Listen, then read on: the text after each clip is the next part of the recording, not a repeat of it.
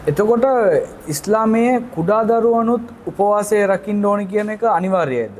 කුඩා දරුවන් උපවාසය රකින්න ඕන කියලා කුරාන් වල හෝ හදීස් වල හෝ නියමයක් නැහැ.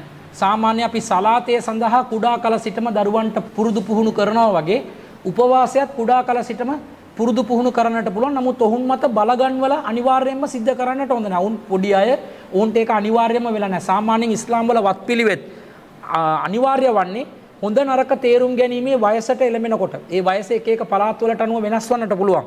ඒ හොඳ නරක තේරුම් ගන්න වයසක් වෙනකොට තමයි ඔවුන්ට උපවාසය පවා අනිවාර්ය වන්නේ. නමුත් නබි නායකතුමාගේ කාලේ රමලාන් මාසයේ උපවාසය අනිවාර්ය වන්නට කලින් ආසුරා කියලා උපවාසයක් තිබුණා.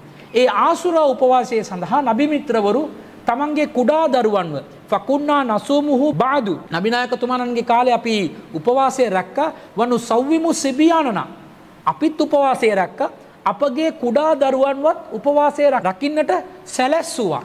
වනජ්අලු ලහුමුල් ලුඅබත මිනල් ඉහ්නි ඔවුන්ට උපවාසයේ තිබෙන තෙහෙට්ටුව මගහැරවීම සඳහා අපි ඔවුන්ට ක්‍රීඩා භාණ්ඩ ලබා දීලා සෙල්ලම් බඩු ලබා දීලා ඔවුන්ගේ සිත වෙනතකට යොමු කරනවා. ෆයිසා බකියා අහදුහුම් අලා තාමි අතයිනාහු දාක හත්තා යකුන ඉන්දල් ඉෆ්තාර් ඔවුන්ගේ කවුරු හරි කෙනෙක් කුසගින්නෙන් පෙළනවයි කියලා හැඬුවා නම් අපි ඔවුන් සමග සෙල්ලම් බඩු ලබා දීලා ඔවුන්ගේ සිත වෙනතකට යොමු කරවලා ඉෆ්තාර් වේලාව දක්වා ඔවුන් අපි මෙසේ දීර්ඝව පවත්වා ගන්නවයි කියලා බුහාරි වල 1960 වන හදීස් අංකය යටතේ රුකයියා බින්ත් මුඅව්විද් රලියල්ලාහු අන්හා තුමිය දැනුම් දෙන හදීසයක් තිබෙනවා.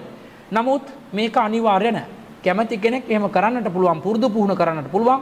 ඉස්ලාම් වල නීති රීති සියල්ලක්ම වැඩිහිටියන්ට තමයි පනවලා තිබෙන්නේ, කුඩා දරුවන්ට පනවලා නැහැ. පුරුදු පුහුණු කරවීම සඳහා මෙවැනි දේවල් සිද්ධ කිරීම පාපයක් නෙමෙයි. නමුත් ඔවුන්ට අනිවාර්ය කරවලා ඒ දිගින් දිගටම ඔවුන්ව තෙහෙට්ටුවට පීඩාවට පත් කරන එක ඉස්ලාම් ධර්මය අනුමත කරන්නේ නැහැ.